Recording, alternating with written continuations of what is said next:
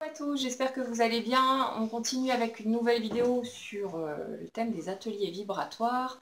Comme d'habitude, je reprends vos questions et puis on voit ce qui se passe derrière. Prenez-le à chaque fois comme si c'était un message adressé directement à vous. Et puis voyez ce qui résonne, ça permettra de libérer plein de choses. Alors on commence avec Mathilda. Je suis séparée du père de mon fils depuis 1 an avec une garde alternée. Et depuis toujours, je rêve de partir vivre dans ma région de cœur, dans le sud de la France. Je ressens de plus en plus fortement le besoin, l'envie de partir. Je sais que moi et mon fils auront une meilleure qualité de vie, mais je n'y arrive pas. Je culpabilise d'avance que mon fils ne puisse plus voir son père aussi régulièrement. J'ai peur que son père m'en empêche, ou sa famille, et je ne comprends pas pourquoi je n'arrive pas à me détacher de mes scénarios catastrophes qui me bloquent, sans parler du boulot. D'un nouveau changement d'école, j'ai peur de faire du mal à mon fils, à son père, en écoutant ce qui est important, viscéral pour moi. Alors, euh, Mathilda, en fait, l'impression que j'ai là derrière, c'est que tu te sers quelque part de ton fils, de son papa et de tout ce qui s'ensuit pour avoir un prétexte pour ne pas faire ce que tu as pourtant vraiment envie de faire, parce qu'il y a encore des peurs qui sont là. Il y a notamment la peur de ne pas savoir gérer le quotidien dans un nouveau contexte, comme si le fait de quitter tes anciens points de repère et de partir un petit peu en aveugle vers l'inconnu, ça te faisait vraiment flipper. Et du coup, tu te sers quelque part, sans doute inconsciemment, mais tu t'en sers quand même de ce sentiment de culpabilité pour te dire ah ben non, je peux pas faire ça, je vais faire du mal à mon fils, je vais faire du mal à son papa et ainsi de suite. Alors qu'en fait, c'est pas le vrai problème. Le vrai problème, c'est qu'il y a encore des peurs qui sont là, une appréhension qui est là par rapport au fait de sauter vers l'inconnu, de faire ce grand plongeon vers quelque chose qui pourtant te fait vraiment envie, qui te prend aux tripes, mais c'est la peur en fait qui te bloque pour le moment et qui fait que tu cherches tout un tas de prétextes, ceux qui sont les plus cohérents à tes yeux, pour pouvoir te dire ben non, je peux pas faire ça, et te mettre une barrière pour t'empêcher de faire ce que tu as envie de faire. Donc ce que je t'invite à faire, c'est à justement aller faire face à ces peurs, de prendre un moment pour te poser avec toi-même et pour regarder au fond de toi ce qui te fait vraiment peur en fait, euh, et pouvoir accepter le fait d'avoir peur, d'appréhender, et en même temps, ce que je t'encourage à faire, c'est à préparer le terrain. Une fois que tu auras mis des mots sur tes peurs concrètement, c'est de commencer à te projeter vers des solutions. En te disant, bon ok, si ce truc-là que je crains devait prendre forme, si ça devait se passer comme ci ou comme ça, qu'est-ce que je pourrais faire concrètement pour pouvoir pallier à ça et pouvoir du coup rétablir la situation. Et plus tu vas te rendre compte que finalement, peu importe ce qui pourrait se passer, éventuellement, ce qui n'arrivera peut-être pas d'ailleurs, mais peu importe ce qui pourrait se passer, tu as de toute façon la capacité de rebondir, de trouver des solutions, de faire en sorte de donner un nouveau tournant à ce qui se passe, et, euh, et au final, tu vas pas te retrouver sans ressources ou quoi que ce soit. Même pour la notion d'éloignement, pour le fait de séparer entre guillemets ton fils de son papa, là il y aurait aussi des solutions pour leur permettre de garder un contact régulier, ne serait-ce que avec Internet, la technologie moderne, hein, déjà il y a moyen de se voir tous les jours avec une caméra de chaque côté, et ça permet aussi de moins couper le lien. Et puis pour le fait de se voir en face à face, il y a aussi d'autres solutions pour que le contact soit maintenu régulièrement et qu'il n'y ait pas de réel malaise.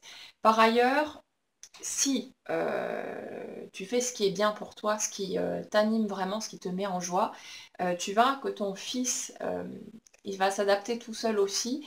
Et ce qui est le plus important pour un enfant, c'est pas quelque part le contexte dans lequel il vit ou les conditions extérieures, c'est surtout le fait de se sentir en sécurité parce que papa ou maman se sent bien. Et tu lui donnes un message important aussi, c'est que même quand on a la trouille, le fait de faire ce qu'on a vraiment envie de faire et ce qui nous anime, ça apporte plein de belles choses et on est capable de surmonter ces obstacles-là. Donc quelque part, ce serait bénéfique à tous les niveaux. Après, il faut savoir que c'est pas une obligation non plus. Et c'est pas parce que tu mets le doigt sur tes peurs et que tu fais face à tout ça que ça t'oblige ensuite à agir pour aller dans le sens de ce que tu veux. Tu es tout à fait libre d'accepter que non, pour l'instant, ça te fout trop la trouille et de renoncer, temporairement en tout cas, à ce que tu souhaites parce que tu ne te sens pas capable de franchir ce pas-là. C'est être humain aussi, c'est accepter son humanité. Et ça va bien comme ça aussi. Donc c'est pas parce que tu déverrouilles toutes les serrures que forcément tu es obligé de passer la porte. Donc après c'est à toi de voir en fonction de comment tu te sens, de ce que tu sens prête à faire ou pas, et en sachant que tu peux à tout moment faire un nouveau choix. Et une fois que tu auras l'élan nécessaire, te dire allez hop j'y vais parce que c'est vraiment ça qui me parle, c'est vraiment ça qui fait chanter mon cœur. Et du coup tu pourras te lancer à ce moment-là. Donc voilà, tranquillement. Respire, calme-toi, détends-toi un petit peu, mais va faire face à tes peurs, va chercher ce qu'il y a derrière et vois qu'en fait tout ça c'est que des prétextes quelque part. Hein.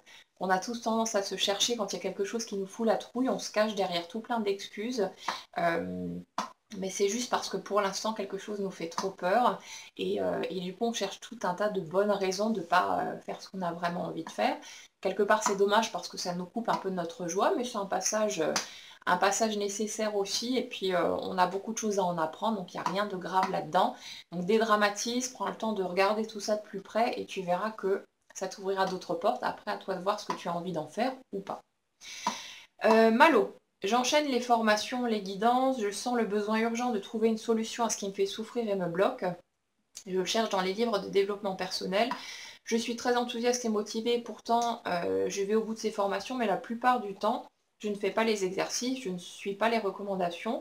Je m'en veux évidemment, mais je sens quelque chose qui me retient dans la réussite de toutes ces bonnes formations. Et mon état reste toujours le même, épuisement général, manque de vitalité, d'énergie, d'estime de soi, culpabilité. Alors Malo, en fait, ouais, il y a vraiment ce sentiment d'urgence chez toi, comme si tu étais passé en mode panique à bord, euh, en te disant qu'il faut à tout prix trouver les solutions, sortir de ces schémas qui t'empoisonnent. Mais ça nous ramène un petit peu à la question de Mathilda. Euh, c'est le fait, quelque part, de ne pas oser t'écouter, de ne pas oser suivre ce que tu as vraiment envie de faire et ce qui t'anime, qui fait que tu ressens cet épuisement, ce manque de vitalité et tout ce qui s'ensuit. C'est surtout que il y a une part de toi qui est consciente du fait que c'est toi en fait qui te freine toute seule et tu n'arrêtes pas de courir d'une formation à l'autre comme si tu étais là en train d'essayer de te convaincre qu'il te manque encore des clés, alors qu'en fait, il ne te manque rien du tout. La seule chose qui manque pour le moment, concrètement, c'est le fait d'oser écouter ce que tu ressens et faire ce que tu as envie de faire. Là, c'est comme si tu étais en train de gravir une montagne, à te dire il faut encore que j'aille plus haut et plus haut et plus haut parce que je ne suis pas prête. Et tu te caches derrière ces excuses-là et derrière les guidances aussi, comme si tu cherchais des raisons valables pour ne pas franchir le pas, pour ne pas sauter dans le vide quelque part, alors qu'il y a une part de toi, et j'ai même l'impression que c'est déjà conscient, qui sait exactement où elle a envie d'aller, ce qu'elle a envie d'expérimenter, de faire maintenant. Mais c'est comme si tu cherchais encore un truc pour te dire non, je ne peux pas y aller parce que j'ai encore tel ou tel blocage et puis j'ai pas suffisamment confiance en moi et je ne suis pas encore suffisamment ceci ou cela pour pouvoir franchir ce cap. Donc tu cours après tous les outils, toutes les méthodes possibles et imaginables en te disant indirectement que tu vas finir par trouver cette fameuse clé. Mais en fait, tu as déjà tout à disposition et tu pourrais faire toutes les formations du monde dans n'importe quel domaine autour de tout ça, que tu aurais encore et toujours ce sentiment qu'il te manque quelque chose, parce qu'en fait c'est juste un petit peu de courage ou un peu d'audace qui te manque pour le moment, pour oser franchir le cap et aller vers ce que tu veux vraiment. Et c'est juste ça en fait.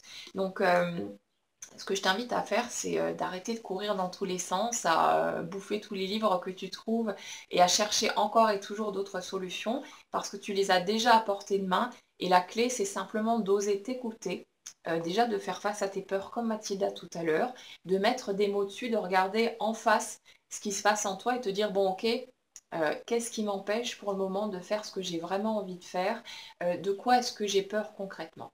Est-ce que j'ai peur du regard des autres? Est-ce que j'ai peur qu'on me juge, qu'on me dise que je ne suis pas à la hauteur? Est-ce que j'ai peur de me planter? Et décortique comme ça tout le truc, vois un petit peu ce qui te fout vraiment la trouille et rends-toi compte là aussi que c'est pas parce que tu as toutes les cartes en main et que tu sais exactement ce qui te pose souci et que tu as les solutions, que tu es obligé de passer à l'action.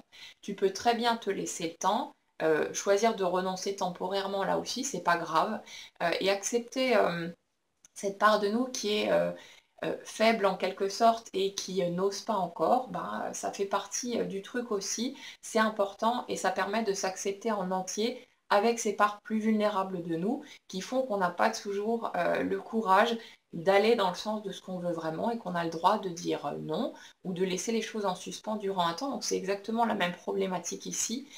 Donc si tu veux sortir de cet épuisement, commence à t'écouter, au moins pour des petites choses, en retrouvant la notion de plaisir, de joie, des choses les plus simples.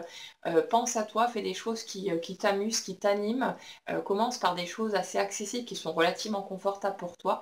Et après, ça te laissera la possibilité d'aller vers des choses qui sont plus inconfortables, qui te foutent encore la trouille, mais que mine de rien, tu as vraiment envie de faire. Donc c'est vraiment dans ce sens-là que tu vas pouvoir trouver ton chemin et te sentir de nouveau en pleine forme et joyeuse et tout ce qui va avec.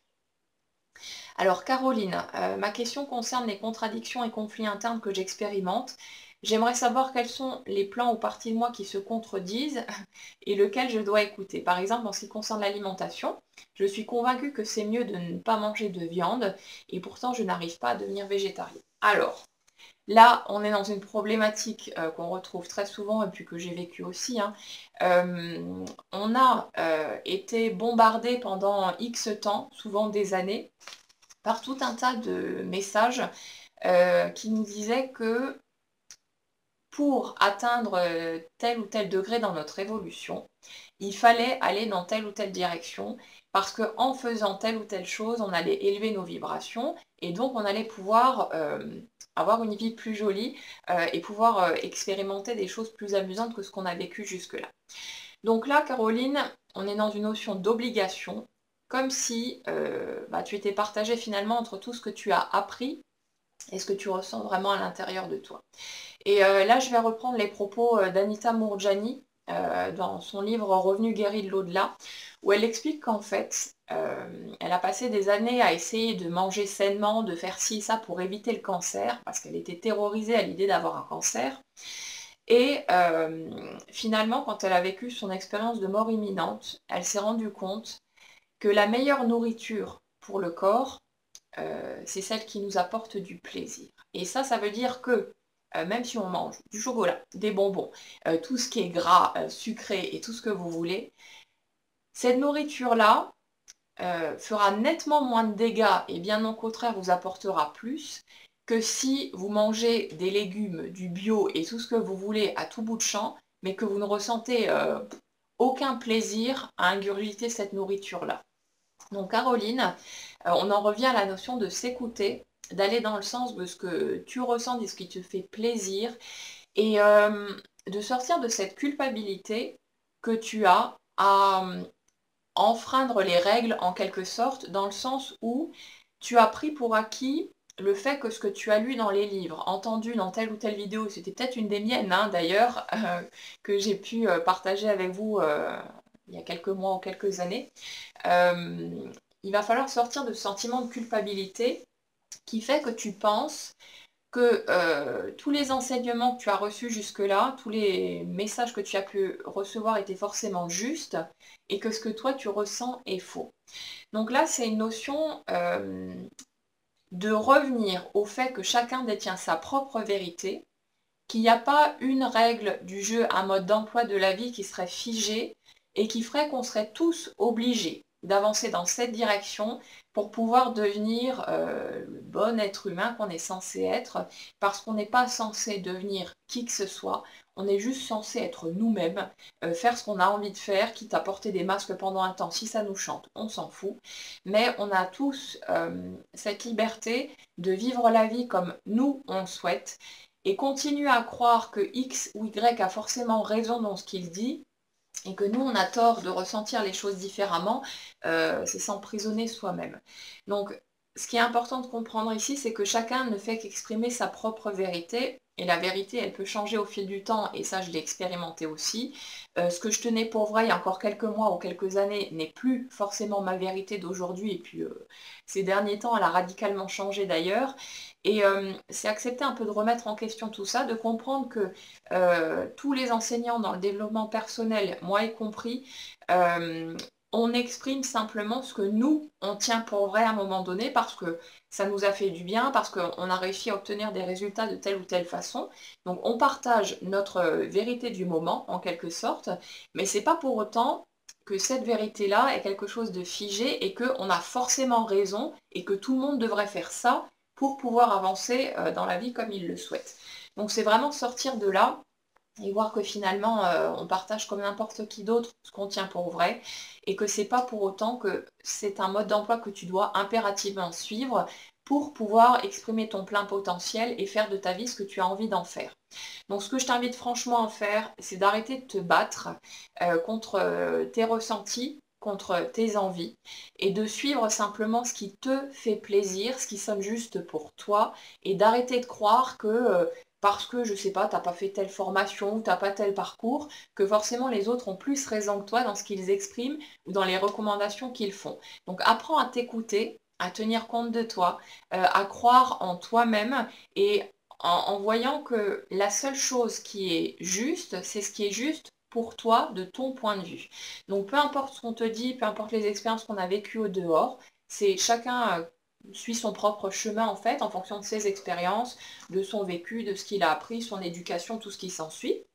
Mais c'est pas pour autant que d'autres savent mieux que chacun d'entre vous ce qui est juste ou vrai pour lui. Donc apprenez à vous faire confiance, apprenez à vous écouter en sachant que ce qui sera juste pour vous, c'est vraiment ce que vous ressentez comme juste pour vous et peu importe les opinions extérieures. euh, la totalité du reste de l'humanité pourra avoir un avis différent, que ça ne changerait rien au fait que ce qui sera juste pour vous, c'est ce que vous ressentez comme juste, ce qui vous apporte de la joie, ce qui vous permet de vous sentir bien. Donc revenez toujours à vous, faites-vous confiance avant tout, et peu importe qui vous avez en face de vous, on s'en fout royalement. Votre vérité, c'est la seule qui compte, donc fiez-vous à ça, suivez cette vérité intérieure, et c'est là que vous allez trouver ce que vous recherchez de toute façon. Donc voilà. Sophie. Alors bonjour Laure, c'est encore moi et encore et toujours pour le même problème.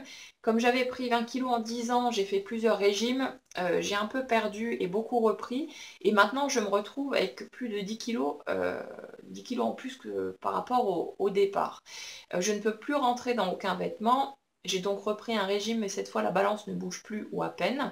J'ai posé l'intention de parvenir à un poids, de rentrer dans une certaine robe et j'ai laissé faire sans attente. Ça, c'est pas vrai. Mais quand je me suis pesée après 6 semaines, j'ai été tellement triste et désemparée que je ne sais plus comment m'y prendre. Aide-moi s'il te plaît, je ne suis pas dans l'attente. Si tu n'avais pas été dans l'attente, ma Sophie, tu n'aurais pas ressenti cette tristesse et tu n'aurais pas vécu l'expérience de la balance comme une catastrophe. Il n'y a rien de mal à être dans l'attente. Et ce qui nous piège un peu quelque part, c'est que quand on connaît le fonctionnement de la loi d'attraction et tous ces trucs, on ne peut plus occulter le fait que on ait conscience que quand on change notre vibration, on obtient d'autres résultats. Donc inévitablement, même si on fait le maximum pour rester détaché et qu'on peut y arriver très bien, il y a forcément une part de nous qui reste là en train de guetter ce qui se passe à l'extérieur et l'arrivée de nos résultats. Alors on peut simplement reconnaître ça, le fait que bah oui, ok, euh, forcément j'ai envie que ça bouge, forcément j'ai envie que les choses changent dans le sens souhaité et forcément j'ai tendance à regarder à l'extérieur, que ce soit au niveau du corps ou dans notre vie quotidienne, peu importe, mais forcément on a tendance à être dans l'attente et il n'y a pas besoin. d'essayer de se convaincre soi-même qu'on n'est pas dans l'attente pour... En fait, là, Sophie, c'est comme si tu étais en train d'essayer de te convaincre toi-même que ah non, non, moi j'attends plus rien, c'est bon, je suis totalement détachée. Et puis tu regardes un peu de côté parce que tu vois ton attente là sur le côté qui prend toute la place.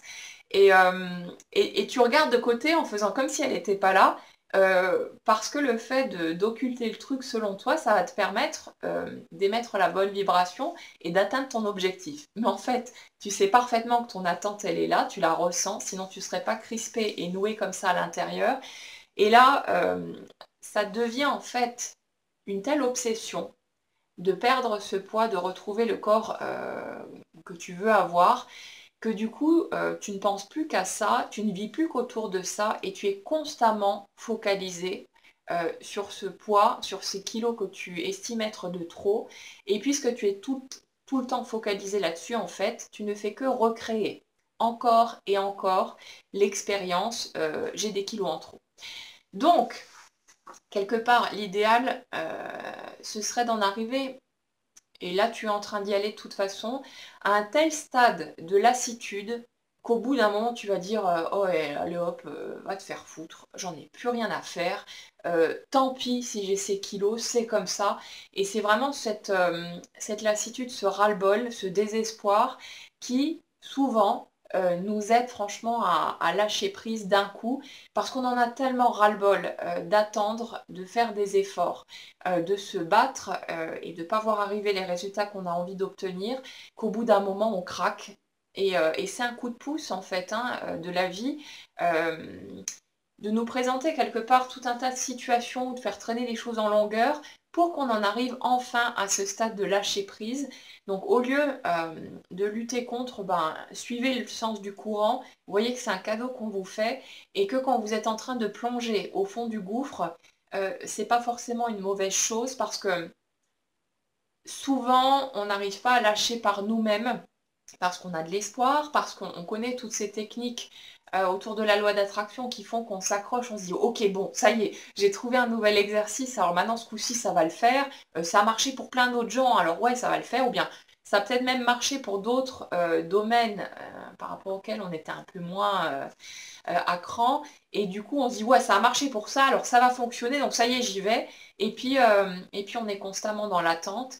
Et le fait est que parce qu'on est focalisé sur la ligne d'arrivée, à guetter à tout prix l'arrivée d'un résultat et qu'on est là à trépigner, à s'impatienter et puis à vouloir à tout prix que les choses changent, on continue à tourner en rond et la vie nous offre un précieux cadeau quand elle nous pousse à bout quelque part, parce qu'on en a tellement marre, au bout d'un moment on est tellement en souffrance par rapport à nos objectifs qu'au bout d'un certain temps on craque et du coup on se dit bon c'est bon, stop, j'en peux plus, j'arrête maintenant, j'arrête d'attendre, j'arrête de guetter l'arrivée soit du prince charmant, soit du boulot idéal, de l'argent, du corps de rêve. Et c'est ça qui permet ensuite de voir les choses bouger. Alors le but, c'est pas de faire l'autruche et d'essayer de se convaincre qu'on a enfin atteint cet état, c'est le fait vraiment de vivre la vie et au bout d'un moment ça se fera tout seul de toute façon.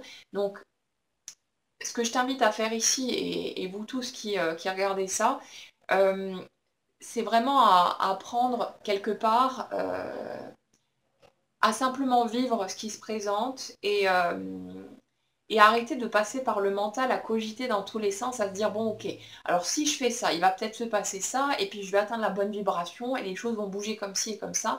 C'est d'arrêter de cogiter dans tous les sens et de se rendre compte que tout ce qu'on a à faire finalement, et j'en ai parlé dans mon dernier article, c'est d'aller vers tout ce qui nous apporte de la joie.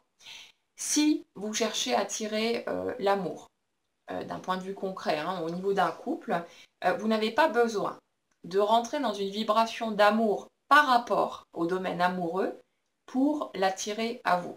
Vous pourriez reporter tout votre amour sur votre chien ou tout ce que vous voulez, sur quelque chose qui vraiment vous apporte ce sentiment-là à l'intérieur, que vous entreriez de toute façon dans la bonne vibration et ça ferait bouger les choses automatiquement de l'autre côté.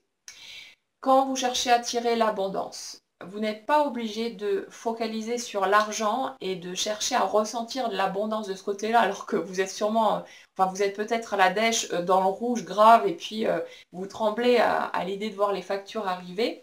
Donc vous n'avez pas besoin de chercher à forcer le sentiment d'abondance par rapport à l'argent. Vous pourriez tout à fait chercher à vous focaliser sur l'abondance à plein d'autres niveaux. Euh, et même en le prenant avec humour, ça pourrait être l'abondance de problèmes.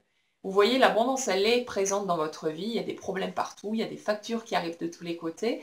Le fait de vous focaliser sur l'abondance, d'apprendre à vous détacher, à en rire autant que possible, ça va vous placer dans une notion d'abondance et ça va faire débloquer le reste. Mais le truc, c'est qu'on n'a pas besoin de se casser la tête et de chercher à provoquer les choses délibérément. Tout ce qu'on a à faire, c'est d'aller vers ce qui nous apporte de la joie, du plaisir, ce qui nous fait ressentir du bien-être, de l'amour et tout ce qui s'ensuit, sans travailler directement sur le domaine concerné. C'est le chemin le plus court pour nous permettre de faire bouger les choses. Donc au lieu de courir dans tous les sens, de vous battre, à essayer de mettre tout plein de choses en place, et puis c'est épuisant de faire tout le temps des exercices, de chercher tout le temps d'autres clés, d'autres méthodes et ainsi de suite. C'est vraiment épuisant et on n'a pas besoin de ça en fait. On a juste besoin d'aller vers ce qui nous fait du bien, de se foutre un peu la paix, de se lâcher la grappe à toujours et encore vouloir faire d'autres choses. Tout ce qu'on a à faire concrètement, c'est chercher ce qui nous apporte du bien-être. Et c'est ça qui va ensuite nous placer dans la bonne direction, dans les bonnes circonstances, avec les bonnes personnes. Et on n'a pas besoin de faire le moindre exercice ou quoi que ce soit pour aller dans ce sens. Si vous faites de la méditation pendant des heures parce que ça vous fait vachement du bien et que vous vous sentez super bien là, alors allez-y, foncez, faites-le. Mais si vous faites la méditation ou n'importe quoi d'autre dans le but d'obtenir quelque chose, vous êtes quelque part encore en train de déclarer je n'ai pas ce que je veux et donc vous continuez à créer l'expérience je n'ai pas ce que je veux. Donc faites les choses, les exercices parce que ça vous fait du bien et visualisez quelque chose qui nous tient à cœur et dont on a envie, ça fait vraiment du bien. Mais faites-le dans ce seul but-là, le but de ressentir ce que ça vous fait ressentir et pas dans le but de déverrouiller des choses et de faire bouger des choses dans le plan concret. Et ça, c'est une clé super importante parce que c'est le chemin le plus court pour faire bouger les choses. Ça, je l'ai remarqué pour plein de choses avec le recul dont je dispose aujourd'hui. C'est que chaque fois que j'étais en train de me débattre à faire 1000 exercices pour tenter de faire bouger les choses, c'était bloqué, ça bougeait pas. Et dès que je revenais simplement à la notion de plaisir, parce que ça me faisait du bien en lâchant tout le reste, et souvent parce que j'en avais tellement ras-le-bol que j'en pouvais plus et que je finissais par lassitude, par lâcher prise, là ça se déverrouillait tout seul et d'une façon incroyable. Donc le chemin le plus court, c'est de chercher tout ce qui vous amène un sentiment de bien-être, de joie, de plaisir et tout ce qui s'ensuit, de vous focaliser sur tout ce qui génère quelque chose de positif en vous, ce qui fait bondir votre cœur, et c'est comme ça que vous allez émettre les bonnes vibrations, même si ce sur quoi vous êtes en train de focaliser n'a strictement aucun rapport avec le ou les domaines que vous voulez faire bouger. C'est vraiment ça la clé la plus importante. Donc allez creuser dans ce sens-là, amusez-vous, faites-vous plaisir et lâchez tout le reste. Vous allez voir que ça ira beaucoup plus vite comme ça. Donc Sophie, fous-toi la paix. Recommence à trouver du plaisir parce que là, j'ai l'impression que tu en arrives à un tel stade que tu ne prends plus aucun plaisir à manger, à te nourrir alors que tu adores ça. Et là, tu es en train de te mettre en prison totalement, à tout le temps lutter contre toi-même et contre ces kilos pour vouloir à tout prix devenir cette personne que tu crois devoir être pour être plus jolie, plus séduisante, et ça on en a déjà parlé. Donc là, il va vraiment falloir que tu apprennes à te refaire plaisir et surtout en passant par la nourriture. Ça ne veut pas dire que tu es obligé de t'empiffrer. Tu peux prendre le temps simplement de manger, mais arrête de bouffer de la salade à longueur de journée, en gros, parce que tu penses que c'est la seule voie pour toi pour perdre ces kilos et retrouver le corps que tu as envie d'avoir. Donc lâche-toi la grappe, achète quelque chose de gras, de sucré, tout ce que tu veux, mais ce qui te fera vraiment plaisir et nourris-toi de cette façon-là. Je te garantis que je mange de la pizza, du chocolat, des bonbons et tout ce que tu veux de gras, de sucré, autant que j'en ai envie et que je ne prends pas un seul gramme. Ça parce que je cherche le plaisir au lieu de chercher ce qui va me permettre de garder la ligne. Donc ça fonctionne vraiment. Donc au lieu de te prendre la tête à compter le nombre de calories, à peser les aliments sur la balance et à manger un truc à longueur de journée que tu trouves dégueulasse, qui n'a aucun goût, dans le but de perdre ce poids qui va te frustrer à mort en plus, fous-toi la paix, va au magasin, va faire quelques courses et achète les choses qui te font envie, qui te font vraiment saliver, qui te donnent du plaisir quand tu les manges et observe ce qui se passe.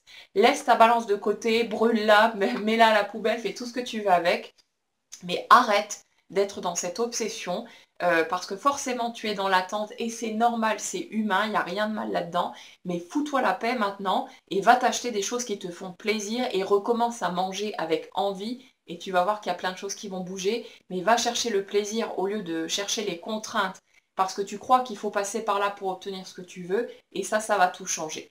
Donc mets en pratique, applique et tu viens m'en reparler quand ça a bougé. Voilà. Ainsi tu. Je suis musicien et je désespère de la qualité de mon travail. Je sais avoir des qualités, mais mon niveau d'exigence empêche épanouissement et sentiment d'accomplissement. Et là, on a notre fil rouge qui revient comme d'habitude. Il s'ensuit de douloureuses interrogations sur ma légitimité d'artiste, si tant est que c'est un sens. Comment trouver l'équilibre? La clé, elle est la même, hein. C'est exactement la même ici. Là, en fait, tu es en train de te prendre la tête à vouloir répondre à certains critères parce que tu crois que il faut atteindre une certaine perfection, en quelque sorte, pour pouvoir fournir un travail de qualité. Je te garantis que de mon côté, je suis autodidacte. Donc le piano, je l'ai appris tout seul. J'ai de grosses lacunes techniques encore. Mais les morceaux que j'ai pu faire écouter, je sais que ça a touché énormément de gens. Il y en a qui se sont retrouvés à pleurer parce qu'au lieu de chercher la perfection et de vouloir à tout prix aller du côté technique, j'ai simplement fait les choses parce que ça me parlait, que ça me filait la chair de poule, que ça me donnait de l'émotion. Et c'est ça la clé pour que tu puisses obtenir le résultat que tu souhaites. Donc là, je vais te dire la même chose qu'à Sophie. Commence à te foutre la paix, à arrêter de vouloir à tout prix être le musicien parfait, parce que le plus grand technicien du monde n'apportera rien en matière d'émotion s'il n'y a pas justement cet aspect-là, le cœur qui se mêle à l'histoire, alors que quelqu'un qui n'a pas forcément un niveau technique super haut, qui s'y prend des fois comme un manche, va apporter de l'émotion, et ça, je suis certaine que même s'il y avait des fausses notes dans l'histoire, les gens retiendraient plus ce morceau-là qui les a touchés au cœur, plutôt que le morceau du gars qui est totalement parfait, qui fait jamais un millimètre de travers, et où il n'y a aucune émotion parce qu'on est focalisé sur le fait de devoir à tout prix être dans la technique, dans le carré, dans ci, dans ça. Donc là, le but du jeu, c'est d'arrêter de te prendre le chou, de te foutre la paix là aussi, et d'aller chercher ce qui te touche, ce qui te fait du bien, au lieu de vouloir chercher la perfection technique à tout prix, parce que là c'est du scolaire, c'est du militaire, et ça n'apporte aucune joie, aucune émotion, et forcément ça transparaît dans le retour que tu as en face de toi. Donc bascule seulement de ce côté-là. Fous-toi la paix, arrête d'être tellement exigeant envers toi-même à vouloir à tout prix atteindre un certain niveau technique. Si ça t'éclate, que ça te fait du bien et que ça t'apporte un sentiment de satisfaction d'aller toujours plus loin au niveau technique, là, pas de souci. Mais pour ce que tu fais, il va falloir aller chercher le cœur de nouveau et l'émotion et chercher simplement ce qui te touche, ce qui t'apporte du plaisir, de l'enthousiasme, ce qui provoque vraiment ce truc à l'intérieur et qui fait que tout le monde va être touché parce que ça part de là au lieu de partir du mental et du côté technique carré qui est en fait totalement vide et qui n'apporte strictement rien. C'est vraiment ça la clé, donc lâche-toi la grappe, va chercher l'émotion à nouveau, comme à une certaine époque, quand tu as découvert la musique et comme quand tu écoutes d'autres choses qui te font du bien, qui viennent vraiment te chercher aux tripes, et c'est ça qui va permettre de déverrouiller les choses. Donc va chercher de ce côté-là et laisse-toi tranquille au niveau de la technique. Voilà. Alors Géraldine, depuis que j'ai quitté mon conjoint il y a 2 ans, je ressens de la culpabilité. Il n'arrive pas complètement à m'épanouir avec mon nouveau conjoint et ses enfants. Je ne sais pas si ça vient du fait que je n'arrive pas à tirer un trait sur mon ex, ou si c'est que je n'arrive pas à tirer un trait sur la famille qu'on était, ou bien si cela vient du fait que j'ai encore des sentiments ou de l'attachement.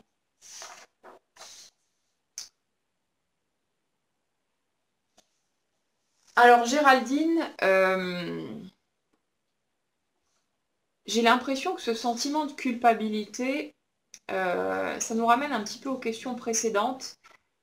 C'est surtout le fait que tu ne t'autorises pas à vivre les choses comme tu le souhaites, et que tu as tendance, en fait, ouais, en fait, ça va nous ramener exactement à la question d'avant pour la musique. C'est comme si tu cherchais à atteindre le stade de la perfection, la petite famille parfaite, la petite maison dans la prairie, où tout va être bien rangé, bien en ordre, où ça tombe dans le cliché, en fait, de la famille idéale. Et on dirait qu'au lieu de chercher ce qui te fait du bien, ce qui t'apporte du plaisir et ce qui te permet de te sentir heureuse et joyeuse tout simplement, tu es dans une telle recherche de correspondre au modèle idéal de la famille comme on les voit dans les séries américaines, ce genre de truc, que quelque part tu perds toute la joie, tu perds toutes ces notions-là, et ça te fait rentrer dans une espèce de rigidité qui fait que tu montes à l'étage du mental et que le cœur en dessous il est totalement éteint. Donc c'est pas un problème d'être avec la mauvaise personne ou ce genre de choses, c'est surtout que et s'il y a des regrets par rapport à ton ex-conjoint, ça va dans le même sens en fait. C'est parce que là, tu trouvais de l'émotion, tu trouvais certaines sensations que tu ne trouves plus maintenant parce que tu t'imposes tellement de règles pour enfin arriver à former ce couple et cette famille parfaite dans ton modèle, parce que sinon ce serait vécu comme un échec. Que quelque part tu perds toute la joie, tu perds toute la spontanéité, tout l'enthousiasme. Euh, Tu es tellement rigide avec toi-même que tu t'amuses plus du tout, et c'est ça qui fait que tu ne t'épanouis pas. Donc ce que je t'invite à faire, c'est d'arrêter de vouloir rentrer dans le moule à tout prix, de vouloir correspondre à certains critères et de revenir à ce qui, toi, te fait du bien, quitte à avoir une maison en désordre ou peu importe, hein, des affaires qui traînent partout. On s'en fiche. Arrête de vouloir être la bonne épouse, la maman parfaite et la femme fatale, hein, qui est voilà, toujours canon et euh, toujours parfaite finalement pour son mari. Ça s'étale vraiment à tous les niveaux. Et du coup, tu te places dans la position d'un robot qui est constamment en train de faire des efforts, de prendre sur elle, qui est constamment en apnée finalement, qui ne s'autorise même plus à respirer, pour pouvoir à tout prix rentrer dans ce moule, dans ce cadre, et comme si ça te faisait te dire, ben voilà, quand j'aurai atteint ce modèle idéal, et puis voilà, que tout reste bien en place, que plus rien ne bouge, là du coup j'aurais réussi ma vie. Mais c'est pas ça en fait, hein. Réussir sa vie, c'est pas correspondre aux critères de la société ou ceux qu'on nous a dépeints dans un bouquin, un film ou n'importe quoi d'autre. Euh, Réussir sa vie quelque part, c'est en faire quelque chose qui nous correspond, qui est joyeux pour nous, qui nous fait du bien, et où on peut profiter quelque part de plus en plus pleinement du moment présent et de tout ce qui est bien pour nous.